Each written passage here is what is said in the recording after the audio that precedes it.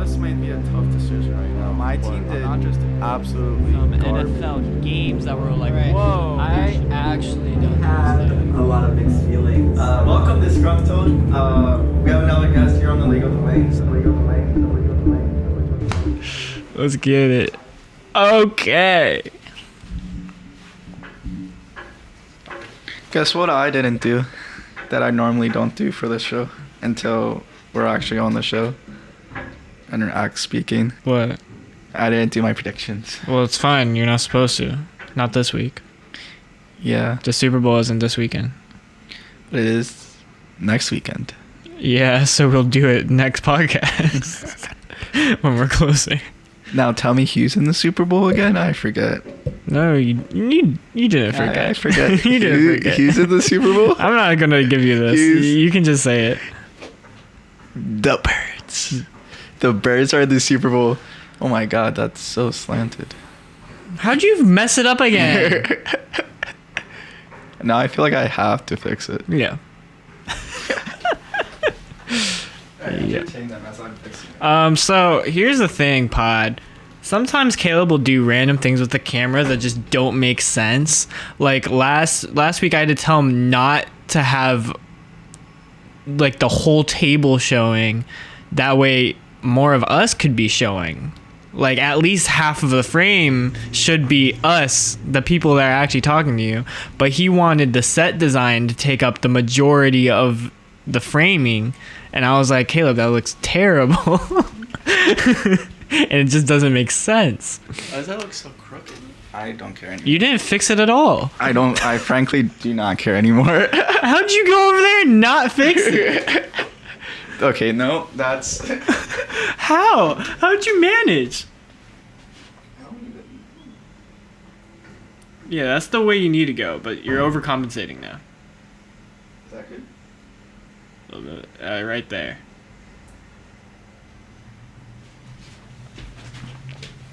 And they know about last week's dilemma already. Because I put that entire clip at the very end, unedited. Okay. That last podcast was one of our most viewed podcasts. Yeah, because you got all the reaction views as well. Yeah. So 57. people were just hovering on the channel. I didn't know what to call it. So, because like we did it like 2 days, or I released it 2 days after the Sunday. And I was like, what do I title it? So I'm like, Jalen Hurts, how is Jalen Hurts preparing? I forget what I named it. I'll go look, but I was surprised that you did 3 different reactions for one game. That blew my mind. Well, I mean, because if I combined it into one video, it would have been over 30 minutes. Which is fine. And one thing, but I'm like, this is the Super Bowl. I need to actually Except take... it's not. Or about to be we're going to the Super Bowl. And so I needed to... I need to take Brendan's advice once in a while, which I never do because fuck Brendan, he doesn't have good advice. But I heard Brendan's inner thoughts or in my mind, and he was always questioning like, why don't you split up like the vlogs into multiple videos? Because like there's like 45-minute vlogs, there's 50-minute vlogs. I always tell him because I liked it in one video. It's like so nice because it's like they just go there and have one video. But I'm like, yo, these are literally 3 separate videos. Reaction, because like we fucking tailgated, we like watched the game, and then we partied in Center City, which was fucking wild. Yeah, Brendan was right. Like you got more views than you would have. Yeah, for sure.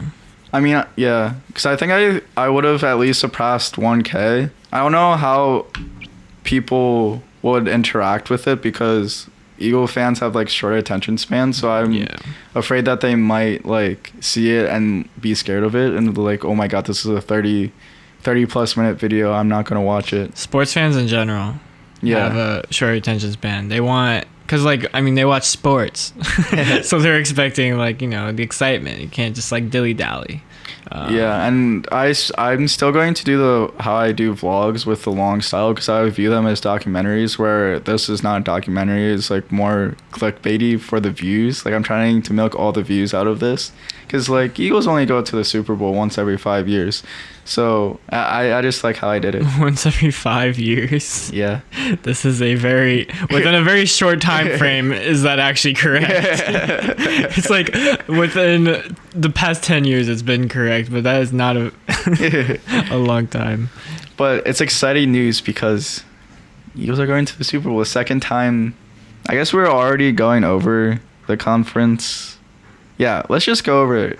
Sure, we can go over our predictions, go our over prop bets, and all of that. We're not actually going to do the Super Bowl predictions this week because we have a week break. We can talk about some of the storylines surrounding all of the early free agent news and draft buzz and Pro Bowl.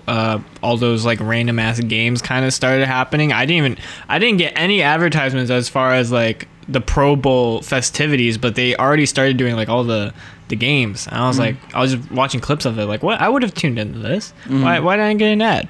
So that was a little disappointing, but regardless, that's not what we're segueing into. It's the conference championships, the final 4 teams, and who ends up going to the Super Bowl and why. Why did it happen? So let's talk about the unfortunate events first, because I feel like it's important to set the context of the NFC championship as far as the 49ers side of the game. How the Eagles actually got to the Super Bowl this time around, which wasn't, I don't think it was as gratifying as beating the Vikings. I think you would agree. Back 2018. Yeah. Right? Yeah. 17. 2017, 2018 season. Yeah. Because obviously, Brock Purdy, I mean, defense was on a tear, so that was kind of like a big factor. Is like offensive line was not setting the quarterbacks up to not get injured, I guess you could say. Yeah. But Hassan Reddick, amazing game, kind of put himself, I mean, it's a regular season award, but kind of put himself in the Defensive Player of the Year conversation, despite,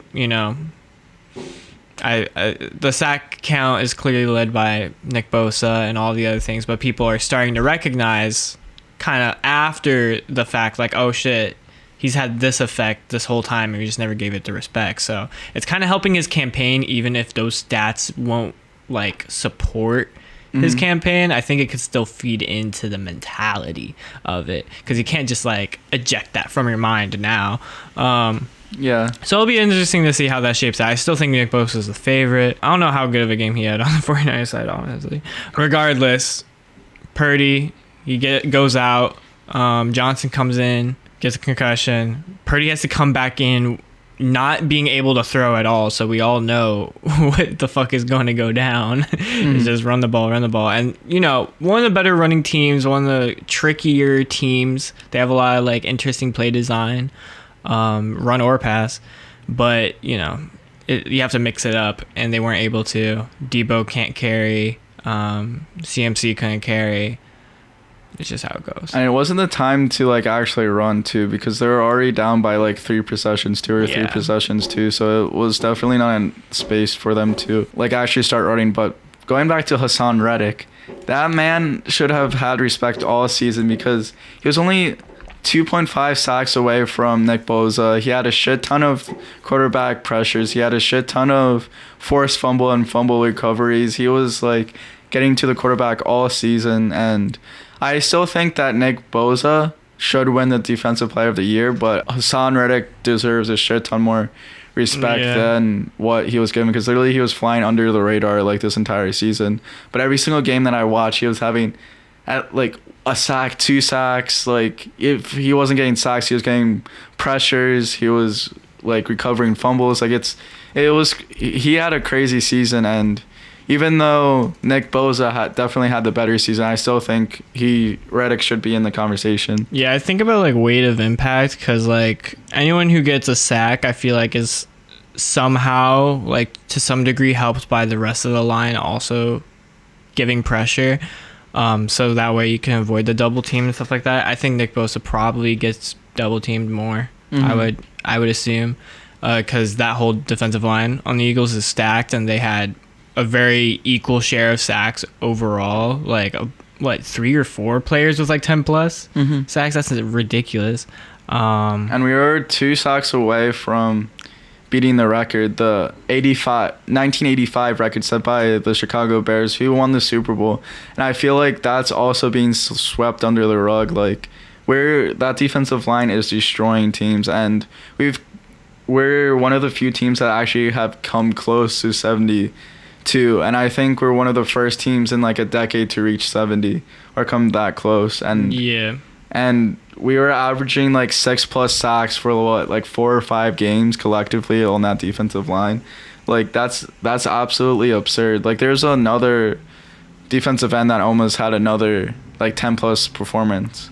So yeah, to really dig into like the disparity, Hassan Reddick's 16 sacks represented 22% of the total sacks, around 23% of the total sacks the Eagles had, whereas Nick Bosa's 18.5 sacks represented nearly half at 42%, which is like basically like around double the impact that Reddick had. So that's something that matters to me personally if I were to look at it. And I would also like, you know, obviously I would look at like how much did the defense actually like contribute to the winning of games, because I don't think the offense of the 49ers was as consistent as the Eagles has been this year. So like defense didn't have to like, you know, really come in clutch, and like Bosa had a lot of clutch moments. Like I don't know when Reddick's sacks necessarily occurred. I'm sure he had some as well, but yeah. Overall, I think they're both two great players that I would assume are all pro. Mm-hmm.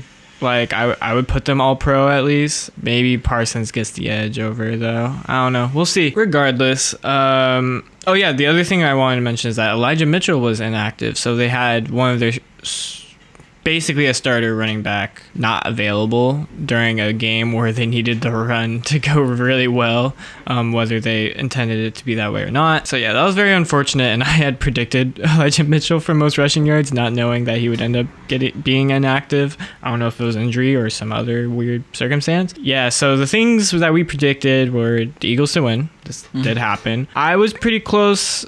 For the Eagles' final score, I said 27. They ended up getting 31, but it wasn't in range for me to actually get points off that. You said 24, so we were both kind of like around that range. Eagles ended up scoring more. We thought 49ers defense would step up. Didn't exactly do that. Of course, Eagles defense definitely put them in great position. 49ers only managed to score 1 touchdown. We assumed if and I think this would still happen if they're healthy, at least 2 to 3 touchdowns. You know what I mean? Make it within a 1-score game of the Eagles. Jalen Hurts did have the most passing yards, but the disparity is pretty insane considering the circumstances. We thought AJ Brown would have his moment because in the previous playoff game, he had very low receiving yards, but Devontae Smith got it with also a pretty low number overall because receiving just wasn't in the game plan for either of the teams. So yeah, that was kind of interesting to see. AJ Brown again kind of seemed a little absent. Well, not too absent. Still had four receptions as we're looking at here. But yeah, Devontae Smith between both teams led in receiving yards with only 36. Yeah, the yardage is so low. I was looking at this the other day, and it's like crazy how low yardage this game was because Jalen Hurts only had 121 yards. Gainwell had 48 total yards, which he led the Eagles side at least, only 48. Sanders had 42. Hurts had 39, but it's like a very low rushing performance. Yeah. That's like 150 about. And it's just crazy how low yardage this game was on both sides. It's more understandable on the 49ers side because of the whole Brock Purdy situation. But McCaffrey had 84 yards. That's like a pretty decent like yardage for a game. I feel like if you get around like 80 to like 100 rushing yards, that's a decent performance. Yeah, that was off of the first like breakout run where he got a touchdown mainly though, because the rest he was not managing to get past the scrimmage very far after the point where like, you know, they had to lean on the run, and it was, you know, the defense knew, so they just knew where to stop him, loaded the box every time. From looking at that first like exchange of drives, it should have shaped out to be like a really, honestly maybe even a high scoring game, but a really close game between both of them, just because they both had like really good play calls for their first drives, and then it just went downhill from there. Yeah, I still think that the Eagles would have won regardless of Purdy, but what we were saying, it would have been a lot closer than what it was. And the biggest, like, there's so many controversy. Like, this was not a satisfying win. Like, when I was like, I got caught up in the moment of like rushing out to Broad Street with everyone, and like the atmosphere was crazy. Even like walking before I got into like Broad Street, like the middle of it, like I was like, this is not a satisfying win. I felt like there was something definitely off by it, because like I would rather have like a close game that we won than like a blowout in this situation, or at least like having all the Niners like offense like there. That's why I wanted to play Brock Purdy and only Brock Purdy, because like I hate when like players are injured going into a game and or during the game, because it's like, Yeah, I hate when players are injured. Those fucking bastards. but like, well, yeah, obviously like I don't want anyone to like get injured just because like I want them to continue playing the league, but like also it's like not as satisfying as a win to have. And I just think there was like so many controversial like moments within this game that kind of gotten overlooked due to the controversy in the Chiefs game. But like, one, I have so many disputes for this. Okay, Devontae Smith, I'll make this quick. Devontae Smith catch. Yes, it wasn't a catch. But one, I still think it was really good coaching and heads up by Devontae Smith and the team, because he knew it wasn't a catch. So he immediately got up, realizing that it was a catch, and started to signal. I think he did this, signaling everyone to hurry up and get like get to the next play, to hurry the fuck up to play another down. And with the couple like plays or a couple of angles that we saw, and seeing the ref's angle, it did look like a catch. Like he caught it and his body kind of like held it into like his stomach. It generally looked like a catch. Like I thought it was generally a catch. And the Eagles Stadium home field advantage is so important, because they didn't show that one angle of it not being a catch, and Kyle Shanahan was kind of shaky about whether he should like challenge it or not.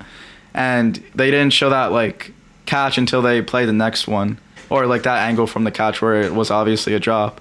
And with all of that, like I'm not blaming 100% on Kyle Shanahan, because he didn't have all of like the evidence with it, but like he still didn't throw a challenge flag with it. But like rightfully so, because they weren't playing the one angle that like obviously it was a drop like on the big screens and stuff, so he had like no knowledge of it from that angle, so he couldn't like challenge it. But it's like also kind of on him for not challenging it as well. And so yeah, even though it wasn't a catch, it looked at like a catch in real time, and with the replays available, and Devontae Smith had good heads up where it was still like good coaching. And even though it wasn't a catch, like I don't know, it was just like a good heads up by everyone. And yeah, okay, if you erase that, it would still, like that touchdown, it would still be 24-7, which was very due to Brock Purdy's injury. Next segment, why the fuck are you having a third string tight end block Hassan Reddick? That was kind of poor play calling, and it comes with the game. Like Hassan Reddick was doing his job and just had a phenomenal like play, and it was unlucky that he ended up getting injured. Obviously, like I don't want like players get injured, like I was saying before, but it was just like kind of bad placement, and it was just like Hassan Reddick is going to easily swipe by a third string tight end. Like put George Kittle in there, have him do some blocking and shit. And then the penalties. There were a couple penalties within the game where it was all right, like why are you throwing it? But the Niners were playing scrappy. They were getting irritated. You can't be pushing the quarterback out of bounds on the sideline when he's like 2 steps out of bounds. You can't be punching a football after the whistle is dead and get like 2 or 3 good punch-ins after the whistle is dead. Like that's like, you're not going for the ball. You're just frustrated, and you can't be chucking people on the ground. I guess like with Trent Williams, like chucking people on the ground, like that's like late in the game and didn't really have an effect. I don't know. It was just like that scrappy. It's like you kind of like got the emotions to you, and emotions let up with particularly with the defense on the 49ers. Like emotions got to them is what I'm trying to say, I guess. But it's like those were my like quick opinions on each of like the controversy of it. And like I still think it's like it's a good win, but it's just not satisfying. That's all. That's my 2 cents. Yeah. Eagles are still a really good football team. Like, I don't think that was ever in. no, like people are like, it's all over media. Like Eagles are like stuck. Like what kind of schedule they had. Like they played the Giants and then they played an injured 49ers team. They're not serious or worth listening to. Yeah. That's what I would say. Yeah, I'm just hearing a lot of like buzzing around the Eagles, and I just wanted to say my 2 cents. Like the Eagles are like a complete team. Like if anyone says otherwise, like come on. No, yeah, I mean that's not even worth bringing up in my opinion. Like it's clear. Yeah. Like anyone who says otherwise is just being stupid. I think missed calls kind of comes with the game. This is like a controversy in the NBA too, because like LeBron and Anthony Davis literally like in protest of a call not getting called in their previous game, they sat out a game like in protest. That's so dumb. Because they didn't get a call that would have won them the game. But it's also like it's a regular season game. And I feel like they just sit out regardless at some games. So. I mean, well, no. I mean, LeBron's been on a really good run. He's probably been one of the better. He's probably honestly been the best player within the past month or so. Maybe like top 3. So for him to sit out was actually pretty important. And like Anthony Davis, like his injuries always have him sitting out, but still the fact that was like written in the injury report like sitting out protest, you know what I mean, like it wasn't an injury thing, like it was very explicit why they were doing it. I thought that was very interesting because I think it just happens in all sports. Like missed calls are part of the game. How you deal with it matters. And I think ultimately what matters most is like not the missed calls in the moment, but the missed calls like over the replay or like that result in a penalty, like someone getting penalized when they shouldn't have. I think those are more consequential and like bad refereeing. But if it is something like just missing, not seeing that a catch maybe wasn't really a catch because it hit the ground, bobbled on the ground a little, like that's not something that I feel like every referee should have like even close to 100% success rate with. I think maybe it should come down to like there being more like them being more willing to just like say official review. Overall, I don't think it should have had to come down to Shanahan challenging it, because like first of all, he's not in any better of a position than the referee was. I think the referee should have just been like, yeah, I mean, that was pretty close to the ground anyways. Like, even if it looked like a catch, like, it could have been questionable territory. So I think I would have just... I don't know what the regulations are for, like, the refs actually, like, making that call to do an official review. But I think maybe something should change with the standards and procedures of that, because it clearly just comes up too often where fans are mad about it. So...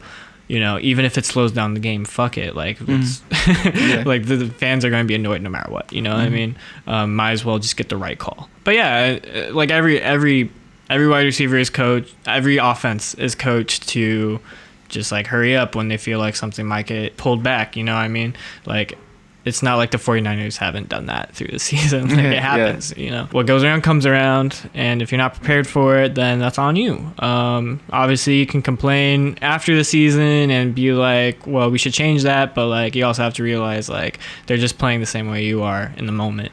Yeah, like, they would have done this same exact, like, thing if it was flopped. For sure. Also, I would like to say that I predicted Christian McCaffrey to get the first touchdown overall, but it was just the first touchdown for them. It wasn't the first touchdown overall. That was Miles Sanders. I think he had a pretty decent game. At least it started off well, and then, you know, when the lead became insurmountable, they just didn't really care at that point. It was a Gainwell show, I think. Yeah, because Sanders had the first 2 touchdowns, which were immaculate runs. Like, you can't take that away from them. Sanders has been on point so far this season, which I think is really important going into the Super Bowl against a defense that is like hit or miss. Like, sometimes they're really good against the pass but not against the run, and then sometimes they're really good against the run but not the pass. So like, I think you'll need both areas to be pretty on point to try and decipher which one to like really expose. So yeah, I think with that we can actually go into the Chiefs-Bengals game, which obviously was like wacky tacky. Yeah. This like, I wanted to say like something about the Eagles game real quick too, but I think I'm going to switch rather than focusing on just the Eagles game, but I think this is like, it's relevant to both games too, and you've been saying this for like such a long time too, and I've jumped on that bandwagon a little late, but I'm still on that bandwagon. I think I joined in after watching the World Cup, but I think penalties should be reviewed. I think like obvious or like should be reviewed and should be able to, after like a couple plays on the big screen, like be like reversed. Like you should have that option within the NFL, and they were trying to implement that a few years ago, and I don't know why they stopped. Like, yeah, obviously, I guess like it was slowing down the game so much that like they like took it out, but I feel like you should, or the referees, if it's like obviously like not a flag, they should be able to like pick it up more easily, or more a lot more like I don't know, like a lot more like like being able to actually like reverse a call, because I feel like you rarely see that reversion of a call, because I know it happens a couple times, but I think it needs to like happen a lot more. They're not able to review it, but they can just like think more about it after throwing the flag and be like, yeah, actually never mind, and pick it up. But I feel like a review should be able to happen. I don't know how you enforce that, but other sports do it. Like almost every other sport. So basketball does it. Soccer. Yeah, and it's even like, it's not even the fact of like throwing a flag and then reviewing it to take it back. It's like if you miss a flag, you can review the play to see if it ended up being a flag, which is like what the NBA does, to see if I've seen it to see if it was a personal foul, like if someone gets in the way of a 3-point shooter landing in their zone, which like it could result in a serious injury.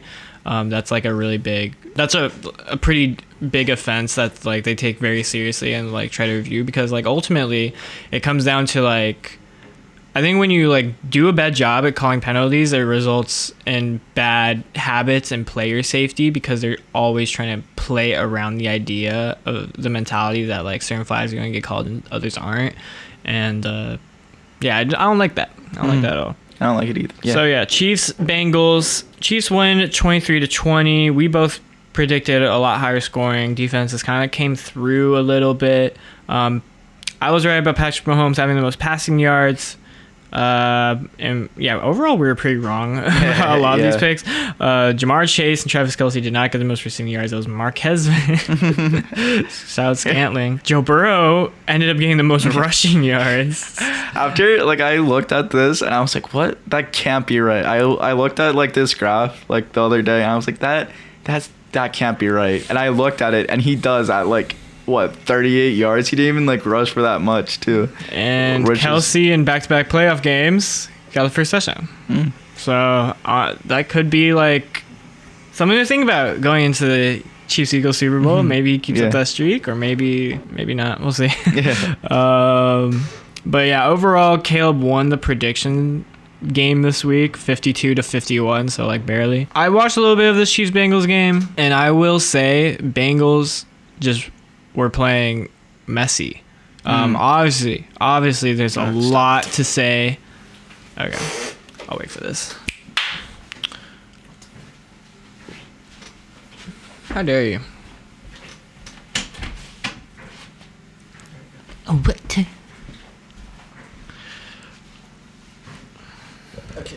I'm back. I'm settled. Bengals were playing messy. Obviously there's a lot of conflict with the refs that I think is justified, but outside of those, and even a part of some of those controversies, I think that Bengals just were like shooting themselves in the foot and could have easily won this game, because the Chiefs only ended up scoring 23. It's not like the refs are calling it for the Chiefs to just like score into oblivion or anything. It was like Bengals were easily like holding themselves back from actually winning that game. Obviously, everyone knows like that last play that I think was from a rookie where he pushed Mahomes farther out of bounds after Mahomes was already out of bounds, and that was clearly just like lack of composure, biggest stage, young player. It's something he'll learn from. There was some players in the locker room that were recorded being very angry at him. because someone was in their contract year and like wasn't sure if they'd be able to play for the Bengals again, doesn't know where they're going to end up, maybe it won't be for a winning team for the rest of his career, so he was clearly fed up with that. But even before that moment, there was like a lot of things the Bengals were doing that I was just like, come on, like you could so easily just like take this win, but you just are not. You're not putting yourselves in the position. Refs clearly aren't helping either, but I think even if the refs weren't calling some of these terrible calls, the Bengals still would have lost, honestly. Yeah. That's just from what I saw. Doesn't excuse the refs whatsoever, but still, I think the Chiefs were the team that played better and deserved to face the Eagles in the Super Bowl. These are the two best teams, I would say, from the past since like November-ish. I would say like around November till now. I think these are the two best performing teams, just straight up. Before that, I was like, we were thinking Bills-Eagles because Bills were like really on a tear early season. But yeah, I think now it's become very clear that the Chiefs-Eagles is just like, it's the Kelsey Bowl, Andy Reid Bowl. Like, there's so many storylines. Like, it was just destined. So, there's so many memes about like the script writers. Like that. Honestly, like, even though it's like a meme, and I don't know, sometimes I like jumping into the rabbit hole of like the NFL is scripted because I don't know, it's like fun and light. The memes are coming. It's like that moment when like Kyle Shanahan read his script and he keeps getting shitty quarterbacks and it's like someone like throwing down like a chair and stuff. I think those memes are really funny, but it's like weird that ESPN like posted those, like they posted like a series of 10 photos with like tweets and like a picture, and I thought that kind of threw me off and stuff. Why? Because it's like the NFL has to be a little scripted. Why? Come on, like why are you like pushing it like further, or like why are you because they're uncovering the NFL for actually being scripted? Because I think it's kind of scripted, not gonna lie. Wait, what did ESPN post? They posted like screenshots of people believing it was scripted? No, people were tweeting like that moment when like Andy Reid read the script, blah blah blah, or that moment when Jalen Hurts read the script, and they were just tweeting it. So they took a screenshot of the tweet with a picture of like the player, the person that they were talking about. So like Andy Reid, that moment when Andy Reid read his script, and it's a picture of Andy Reid, like doing a funny thing. Why is that weird that ESPN posted that? Because the NFL is like scripted, so they're like, why are you? I don't know. I don't get it. ESPN's not yet NFL though. Yeah, I know, but it's like it's relative to sports. They're all in it because it's like a big corporate thing. So it's like so ESPN and NFL are like the. If technically they're doing it, why can't they joke about it? Because it's drawing attention to it. Why does that matter to you? Isn't that better? Well, I mean, yeah. Well, I mean, that's my thing. It was just like, why would they like expose themselves? I guess. Okay. Yeah. I think I get what you mean. Yeah, like they're exposing the actual truth. I mean, I think it's a very loose connection because it's ESPN, which is just a broadcasting company. I don't really think they have much stake in like. I mean, obviously they like promote the hell out of the NFL, but I think that's just because like that's what currently brings in their money. Exactly, it brings in their money. So why are they exposing it?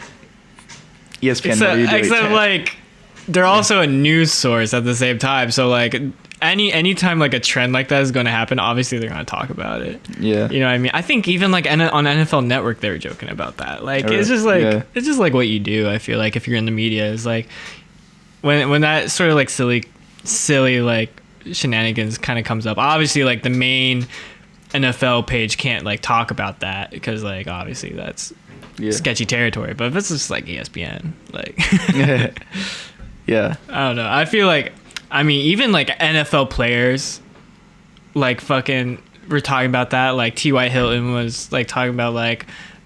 It's like, man, I should have told Andrew Luck not to read the script. And like, yeah, I think current players as well, like even like Eagles players, I'm pretty sure. No, I remember 49ers players like tweeting out like when we read the script for the Eagles. And then like Alex Smith said something about his injury in 2017. He's like, me at the round table. And it was like, you know, I think everyone was playing into it because like, yeah, this is their livelihood, but you know, it's obviously like, it's fun to think about. My favorite one coming out of it is one of the like the memes that they also like put the text to is like the Elmo like shock, like he's just like sitting there like almost like he's like in shock or like very stressed, like, oh my god, what did I just do? But it was like that moment when O.J. Simpson read the script that he was going to rush for 2,000 rushing yards and then murdering 2 people. Oh my god.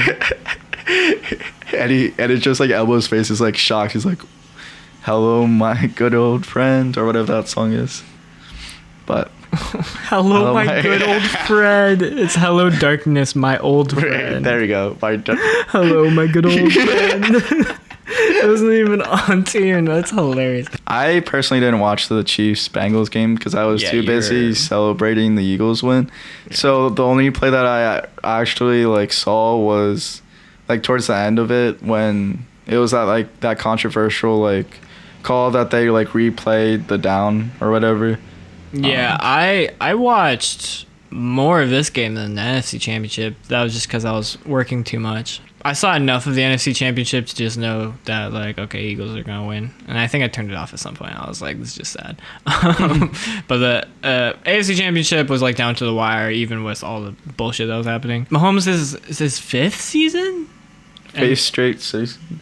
Wait, what? Fifth straight season of, like, going to the AFC Championship. Well, no, I think it's his 5th season as a starter. Oh, yeah. Is what I'm trying to say. And it's, 5... Obviously, within those 5 seasons, 5 straight AFC championships, 3 Super Bowl appearances, 1 Super Bowl win, obviously. I think that was ridiculous. I remember the Chiefs-Bucks Super Bowl, and you and Trey were talking about, like, oh, they need to win this to, like, really secure themselves as a dynasty. And I was like, I don't even think they need to win this. Like, they've been to fucking AFC championship, like, 3 times in a row. Like, to me, that's enough.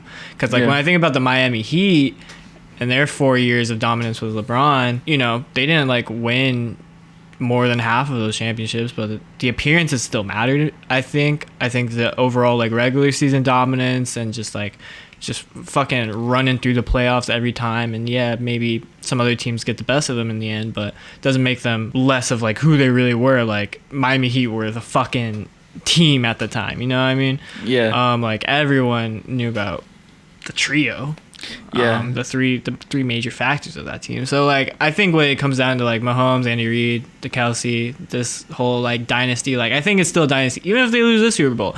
It's just like this sustained period of dominance is just like it's too hard to ignore. It's like maybe they ultimately don't win the one game. Like I don't think that should like feed into this mentality. Obviously it's more impressive.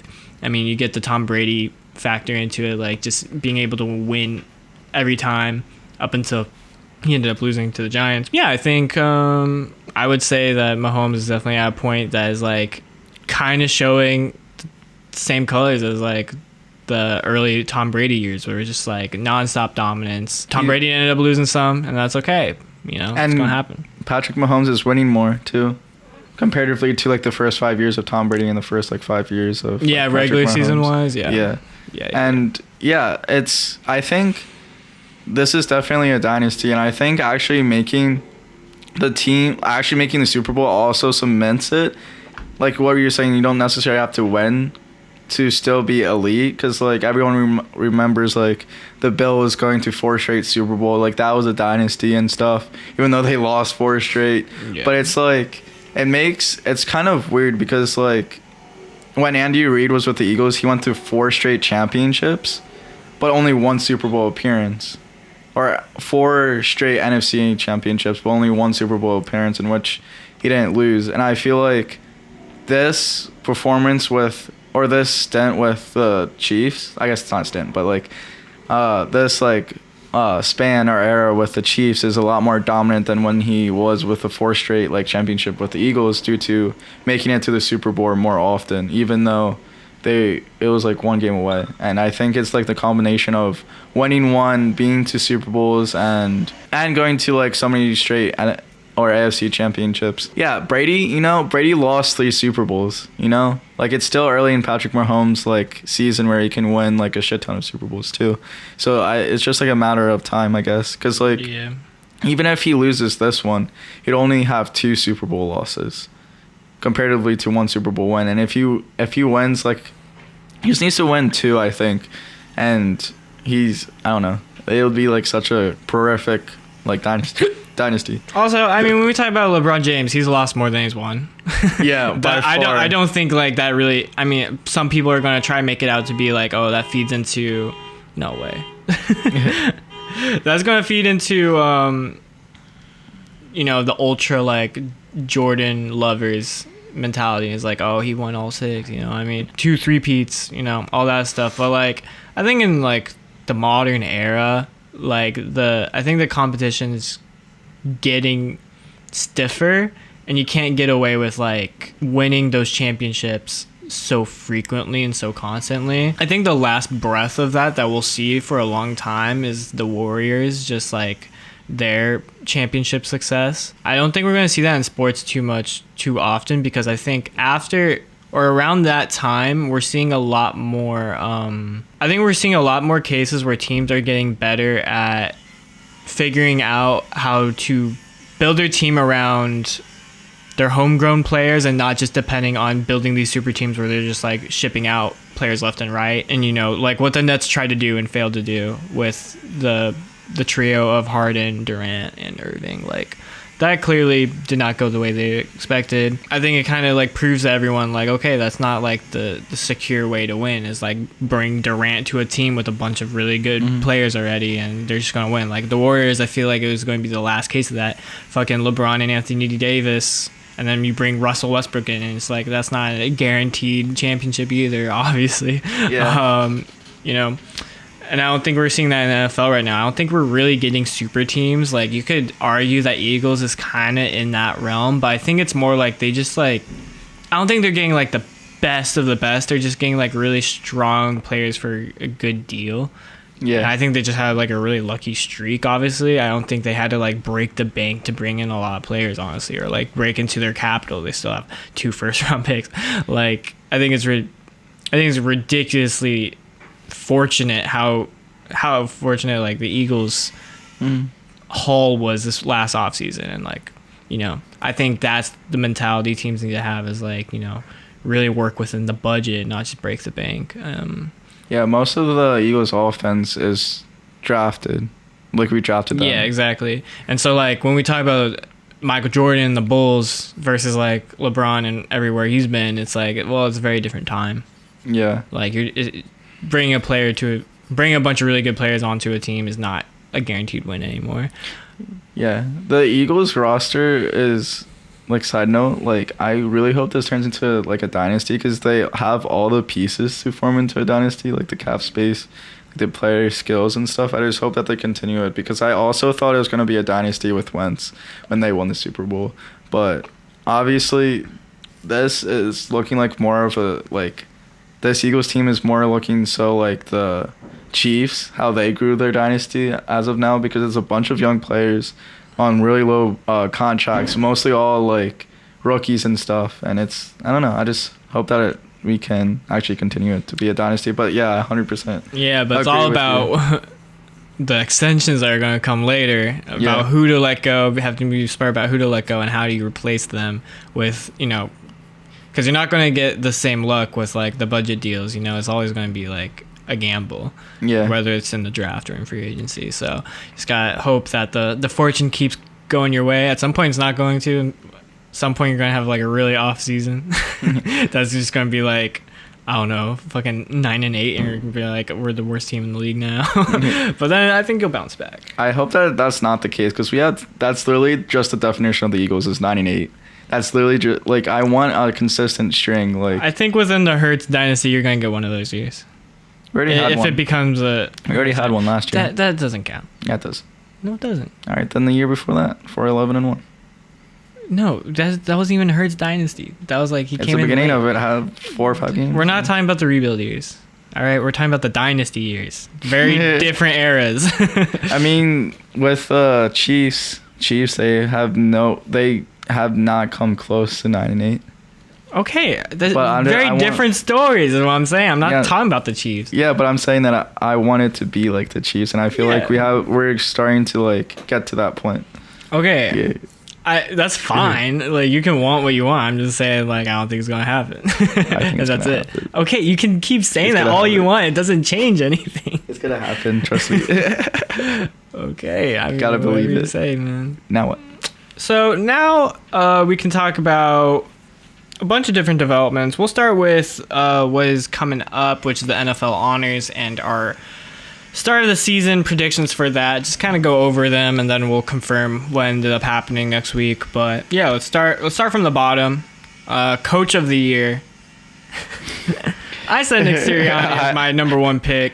So the way we formatted this is like we all had we both had our main pick and then a pick that was outside the top 10 in odds using which is like a sleeper pick, which we use vegasinsider.com to figure out the top 10. You won't see it now because now it's like updated, but if you use like the time machine, I guess. The time machine.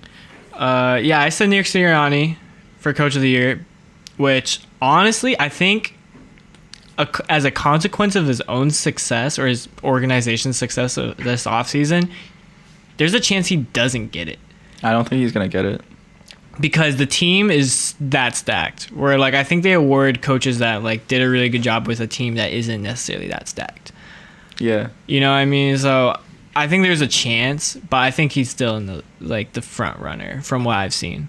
I think he's still the front runner. But I think there could be a campaign that definitely surpasses that. We'll have to see, but Caleb's main pick was Frank Reich, who got fired. Yeah. The second head coach to get fired this season. I was so right about that one. I was like so close to close. But my second sleeper was Todd Bowles, and then his was Titus's was Sean McDermott's, which he had a good season, but I don't know. Yeah, it was all right. Didn't end well, which that's the most important part. Todd Bowles, though, that's an interesting pick. Yeah. I think still managed to get to the playoffs. That's something. You know, playoffs are playoffs. I would definitely not say he's even like close to contention. No, he's not. But I thought he was for some reason. Yeah, moving forward, comeback player of the year. I said so. You said two wide receivers, so your number one pick was Michael Thomas, and then outside the top 10 was Julio Jones. I was so fucking wrong. Both struggled with injuries, very inconsistent. Yeah. On my side, I said Christian McCaffrey, number one, which, you know, he switched teams, but obviously still had a really great season. Don't think he's the favorite. I would definitely say it's Geno Smith, but he should definitely be up there in the voting. And then my second was Marcus Mariota, who I think overall, like, had a decent season, just, like, wasn't working with a lot. So. Yeah. He was put in a very difficult position, but I agree with you. He still did a shit ton for what he was given. But I love how, remember at the beginning of the season where it was like the first like 2 games, it was like a 2 or 3 game stretch where like Michael Thomas was like going off and Julio Jones was doing good. And I think we're going to get to this later, but like Drake London was going off a little, or I guess he wasn't, but I don't know, like all these, like a couple other ones were like going off, and sure. I was like, oh my god, I'm so correct. But then if it wasn't for an injury, one of mine would have definitely been right. But, yeah. Moving on to defensive rookie of the year, I said Thibodeau, who ended really solid, but it's definitely not going to be him. It's probably going to be Gardner Sauce. You said Jordan Davis, who did get injured at one point. So, yeah. But I think he was still solid. Yeah, I don't think he was ever really in the like conversation, but he still had a really decent like season, and he's phenomenal with the run defense, and there's like a significant difference between the rushing yard average when he wasn't on the field comparatively to when he was, and he still made a big difference, but not a defensive rookie big difference. And then we went really sleeper for our other ones, which was just biased because of our own teams, but I said Nick Cross, who did start the first game but just wasn't prepared for the NFL, and so they realized that and just put him into a developmental year, had a different player step up. But Nick Cross is obviously like athletically he's a prodigy that, like, you know, if he gets developed well and coached well, I think can be a really great player for us, solid. But yeah, I was kind of going with the upside there, missed the mark. And you kind of went the same way. Nakobe Dean, obviously, very, very solid player out of Georgia. Still played pretty well, but like nothing close to contention. Yeah, I think he only played a half, really. Honestly. Also, for linebackers, it's so hard for giving yourself a chance at defensive rookie of the year. Only Darius Leonard or Shaquille Leonard within recent history, I feel like, just had such a dominant season that you just couldn't ignore it. What about other than that, Micah Parson? I mean, he's like edge. Yeah.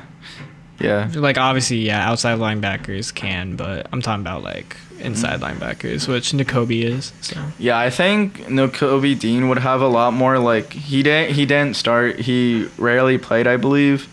And I think if it wasn't for Hassan Reddick playing so dominant and Kaiser White playing really, really good, he would have a lot more playing time. Let me look up at N'Kobe Dean stats, because I don't think he played too much. he has a great voice, by the way. Yeah. I was watching an Eagles segment between him and Jordan Davis. I forget what the game was that they were playing, but they just had two rookies that just had a good relationship, both out of Georgia. So Yeah. I thought it was fun. I love him. Like, I can't. Oh, he was ass. Yeah, Just kidding. Yeah, because he was more in the special teams role, so he didn't get much playing time. And like what I said with Hassan Reddick and Kaiser Wright, they were just going off, so like he didn't have much playing time.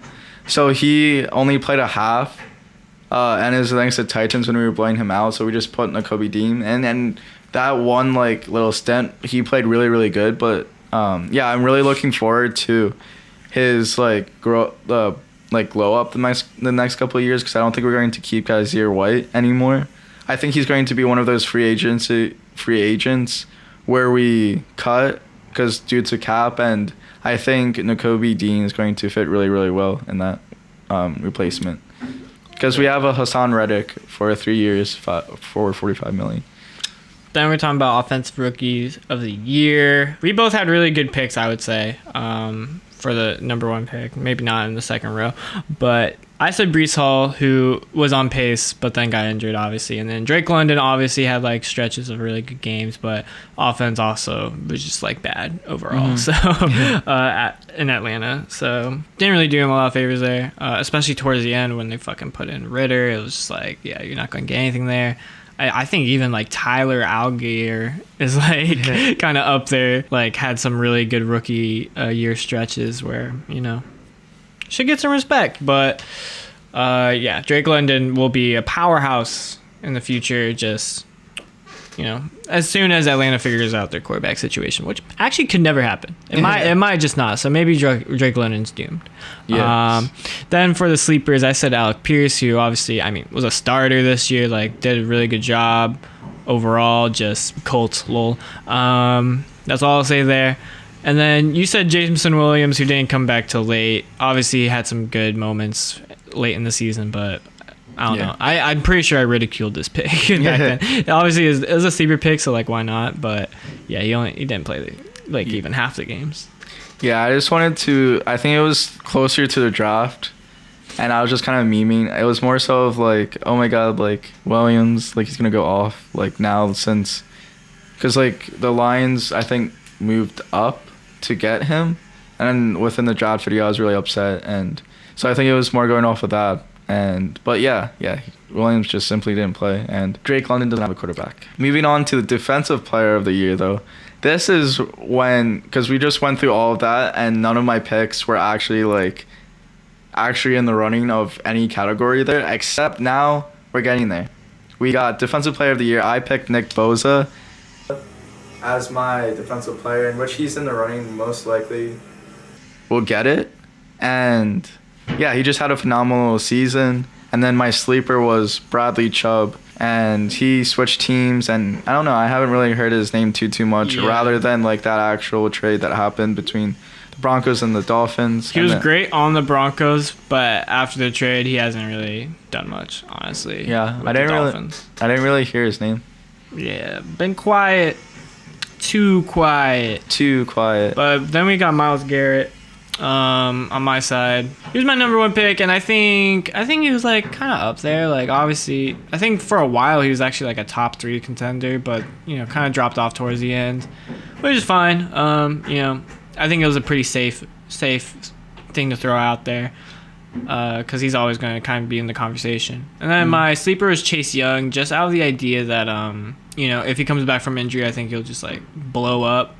But I mean, it was projected that he was supposed to come back way earlier, but then it just like took a really long time for whatever reason. I think next year will be his year, but he only played 3 games. What the fuck? yeah, like he was held out way long. It was like a Shaquille Leonard situation where they're like, yeah, he'll come back, this offseason, and then he just never did. So Nick Bosa, definitely, I think you'll get that one there. Yeah. It's probably the highest odds of any of our picks. But then we go to Offensive Player of the Year. I think I could be like almost just as close with Justin Jefferson. There is the chance that someone like Jalen Hurts could take it. If like Mahomes gets MVP, they could always give it to another quarterback in Offensive Player of the Year. I don't personally like when that happens, but it could happen. But I would say Justin Jefferson overall just had a fantastic season. I think at any point in a season where people start to talk about, maybe he'll scrape by Calvin Johnson's record, that's worth noting. Obviously it fell off towards the end, but I think it was still like, I still feel like he kept himself in it overall, like reception wise, maybe not yardage wise. And yeah, he just like fucking dominated statistically. So yeah. And then you had Jalen Hurts as your sleeper, but yeah, Jonathan Taylor as your starter. He got injured halfway through as well. I would not be happy if Jalen Hurts won Offensive Player of the Year. I guess I would be, but like, I don't know. I would feel weird about it. Like the Eagles beating the 49ers, but I don't know. It's just like, I feel like MVP is already just like, it's slated basically for like quarterbacks. So like give like a non-quarterback some like light, especially after what Justin Jefferson did this year, and he basically like carried the team. Yeah, I also said Najee Harris then for my sleeper. Both of our running backs just, I don't even really think came close. But the funny thing about you saying Jonathan Taylor for Offensive Player of the Year is that you said your sleeper for MVP was Derrick Henry, which I thought was hilarious. Just like the conflicting thoughts there. But your starter for MVP was Jalen Hurts, and he's like top 3, I would say. Yeah. My starter was Josh Allen, who fell off, obviously. Probably started the year with the best odds. And my sleeper was also Jalen Hurts. So we had 3 Jalen Hurts picks altogether. Yeah. Back to back to back. I think that's definitely worth noting. Because Jalen Hurts, to start the season, was outside the top 10 in MVP odds. Who would have thought? But probably not going to happen. It's probably going to be Mahomes. Yeah, I agree. I think Jalen Hurts has actually a good case for Defensive Player of the Year. He played... He tracked on the ball pretty well. He had a few interceptions. No, that joke was not funny, but yeah. I don't even understand where that was sourced. how did that even get Because inside? It's like, I don't know, because it's like we were just talking about Jalen Hurts, and it's like, what categories can't he like play for? And I was like, defensive player, so I'm like, oh my god, that sounds so ridiculous. Coach of the Year. Yeah. With Minshew. Did you see the clip of him just like looking so pissed on the sideline with the headphone thing on? Yeah. I think that's so funny. Yes. I feel bad for Minshew because I wanted him to succeed. Because I really wanted him to succeed. I'm so happy. Fuck you. Because it also shows that Jalen Hurts is not the system, like Micah Parsons said.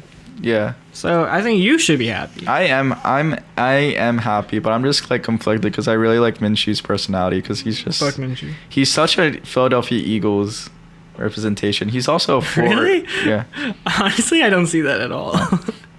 No, because he's got that like cocky side of him, and he's got like really energetic when he celebrates, and he's like got that personality. All right. I think that's just what being a good player is, but... Shut up. Look, let me say I don't think that's an Eagles identity sort of thing. What? I think that's just like what every team kind of hopes for. I don't... Okay. Why can't I just say what I want? This is a fucking talk show. Obviously, I'm going to respond to whatever you say. You can say what you want, just expect a fucking response, That's the show. No, I don't want you to respond to me ever. Imagine if we ran the show like that. Very boring podcast, yeah. Imagine if we ran the show like that, where it's just like we don't conflict anything that we say. We just say whatever we want. That would be terrible. Guys. It's just like, just one episode we just do a bunch of hot takes and it's like the first to like respond loses. It's like a laugh you lose, but it's more like a rage you lose. Yeah. I wonder how long we could last. You say something stupid about the Colts. Colts are a poverty team. Yeah. I couldn't think of anything fast enough to trigger a response. Speaking of the Colts, they're still in the coaching hunt. Probably the team that is dilly-dallying the most. I mean, the only other team is the Cardinals, but I think that's more of a coaches don't want to go to them right now with the Kyler Murray situation. Colts also rumored to want to trade up to number 1 to take a quarterback ahead of the Texans. That way, Texans doesn't take their pick. It's obviously going to be a big storyline for a decade to come between the competition, the divisional rivalry of the two quarterbacks taken from the same draft class, one chosen over the other in the same division. Every time they face off, that might warrant. I mean, they're probably both going to be bad still next year, but that could warrant a Thursday night football game just between those two, just to see the quarterback competition. Probably like a Bryce Young, CJ Stroud combination, unless Will Levis just balls out in the combine. Yeah, I think I'm pretty excited personally for all the developments. I like an off season where, I mean, obviously you should never want this for your team, but I like an off season where a lot is changing. I know it's a product of bad things happening for your organization, but yeah. I think it's an exciting time to be a part of and to witness. That way, years down the line, once you get the success, you can say oh, I was there, I rooted. I feel that way about Jonathan Taylor. When he was drafted, I was like, yeah, I knew he was going to be good. I got his jersey immediately. I'm able to say that. It sucks that we had to waste a bunch of picks to revamp our offense for the Phillip Rivers year, but still, I think it was a important year. We got a lot of good players. We got Pittman out of that draft too, so. Yeah, I feel like that's the best case scenario when being a fan is from the start, because then you don't get caught a bandwagon, and it just feels so much more better and more relieving, and it's a better reward. That's why I love growing up. It's a deeper experience for sure. That's why I loved growing up as an Eagle fan, because even though when I was from the years when I was 1 through 3, they went to championship after championship, but I don't remember that. I remember the Eagles sucking all those times through those years, and just the Eagles curse, That's why I don't like LeBron fans, because anyone who just is a fan of whatever team LeBron is on, I'm that's not fun. Yeah. How's that fun? You can be a LeBron fan, but only supporting the team of whatever LeBron's on is weird to me. Yeah. Because there's so many people like that. It's imagine there were people like that for Durant, or who else has been around a lot? Harden. I mean, that's just weird. Curry. It's I'm that way about Curry, not gonna lie. Except he hasn't moved around a lot, so it's not really the same. Yeah. You're just a fan of him. You don't really root for the Warriors. Yeah. I just root for him. Yeah, exactly. That's different to me. Yeah, for me, as a Pacers fan especially, the whole organization, I feel is just founded on the worst of luck. That's just we've had nothing good go our way. Obviously good players have come in and out, but it's always it hasn't been able to amount to anything because of a lot of unfortunate circumstances. And I feel now Tyrese Halliburton got his first All-Star nod. I think that was really cool. That happened last night. I think things are now looking up, and it's I feel pride in that, not because we're winning, but because of everything we had to go through to get to this point. What I mean? Most definitely. It's as a Colts fan as well. It's man, we got Peyton Manning and Andrew Luck. We needed years like this for character development. Yeah. It's we got too lucky. You guys got spoiled. Literally the top 2 prospects ever, basically, of all time. It lined up too well for us, and it deserved to kind of go the wrong way a little bit. Just the karma dominated AFC South too long. We needed some down years, and so we'll see if this next quarterback is the one. Which everyone thinks so. It's you just draft a quarterback and you win, which I don't necessarily think that is the case. I think even a Bryce Young or CJ Stroud, they could not pan out, I think it's possible. We just gotta wait and see. Yeah, I agree. Oh, I wanted to mention too, last podcast, when I was doing it, editing it, we literally talked about new heights for 10 minutes. I'm like, I didn't realize that we talked about New Heights for that long. Yeah, it was like a fucking ad read. But Yeah. even worse than ad read because it was 10 minutes. Yeah, yes. But yeah, I just saw that they released a new episode a couple days ago, and it has like About the Kelsey Bowl. yeah, and it has 844,000 views, and I don't. Dude, how do you go about that? Well, I guess it's fine because they've both won one by now, so it doesn't feel that bad to lose one to the other. It's Yeah. like if one of them had never won one before, I think that would hurt. But it's like it still is such a weird feeling. yeah. It's gotta be. Imagine they were just like telling secrets from each team. Wait a second.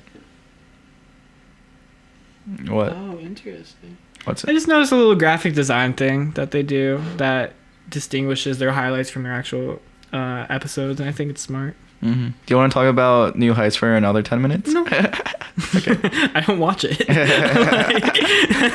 I watch like 2 episodes. Yeah, I guess it would just be saying Hashing. rehashing what we said last podcast. But I got nothing else to say. Do you got anything else to say? Did you see the Derek Carr clip where they're like, "Man, you were like really heating up in that passing competition," and he's like, "Yeah, it's probably what I've never been that hot in my whole career. It's probably why I won't be in Vegas next year." It's just like, damn.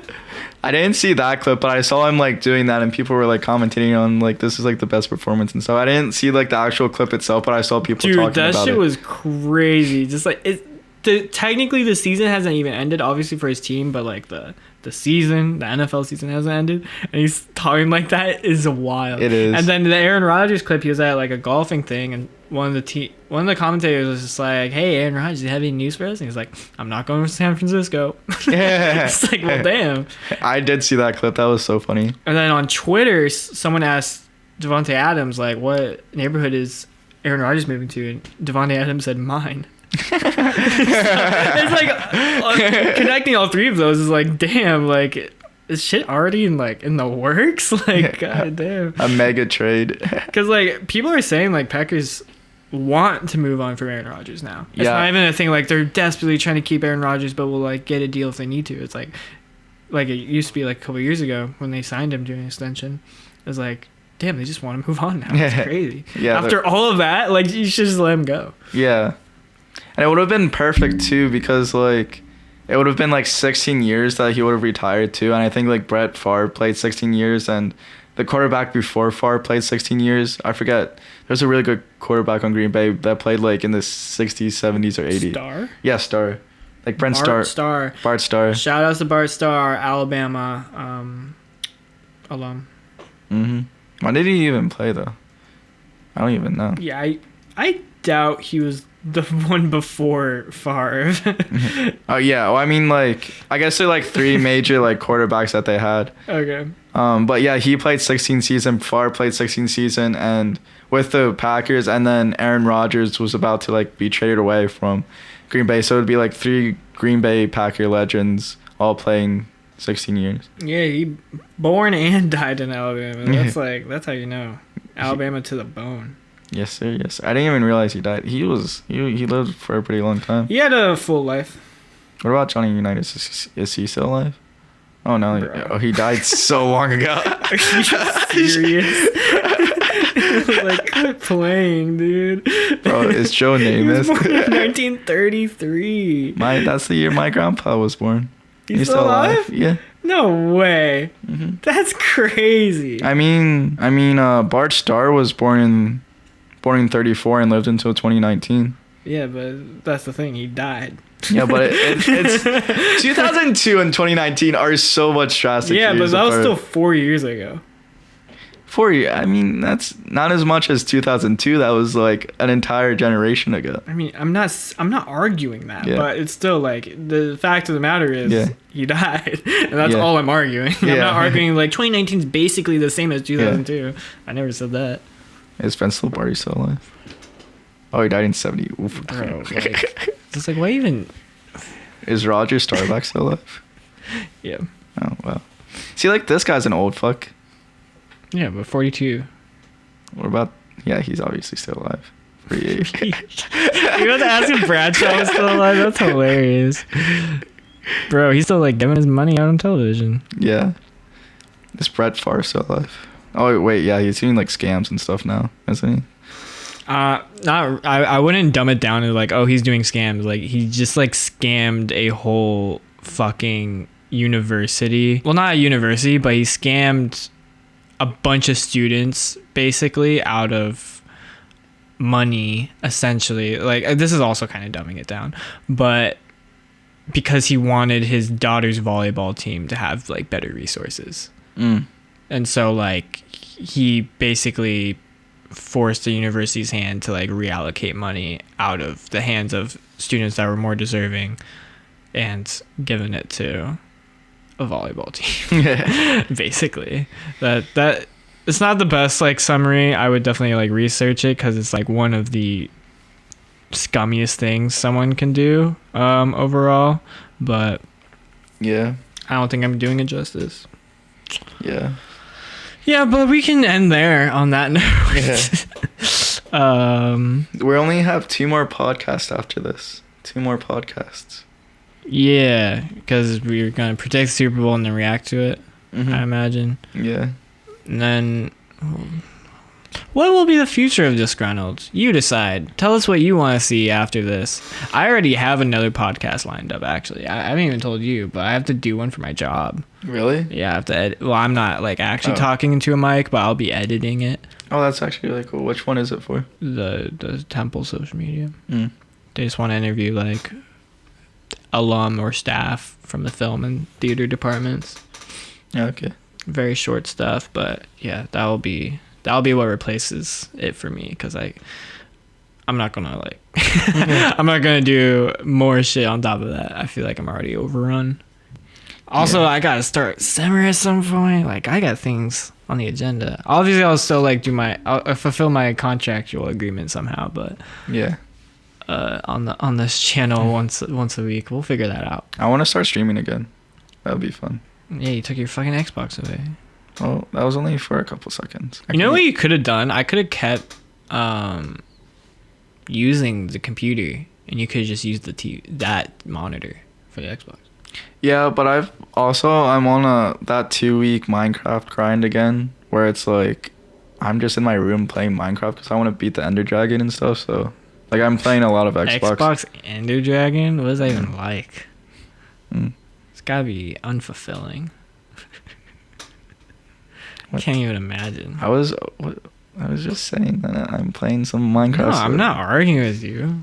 Yeah, but you don't have to bash it. I didn't say it. I'm not bashing it either. You're bashing my livelihood. I'm not bashing you or anything related to you at all. I'm just saying, like, damn, I can't even imagine what going against the Ender Dragon on Xbox is like. That's all I said. Fucking. Stop fucking. Alright, I gotta go. Then leave! What? You don't have to. What? Why do you say that so passive aggressively? I don't think that was passive aggressively. I think that was aggressive. I think point blank, I was like, then leave. Alright. I don't know how much more direct you want me to be. Bye. Alright, bye.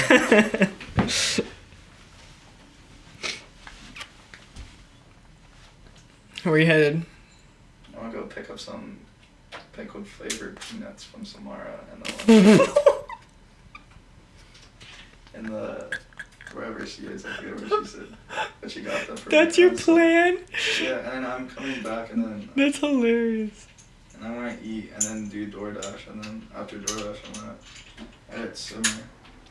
After editing Summer. You got a full day. Yeah. I gotta meet up with Tyrone at some point. My dog. No, I didn't end the recording.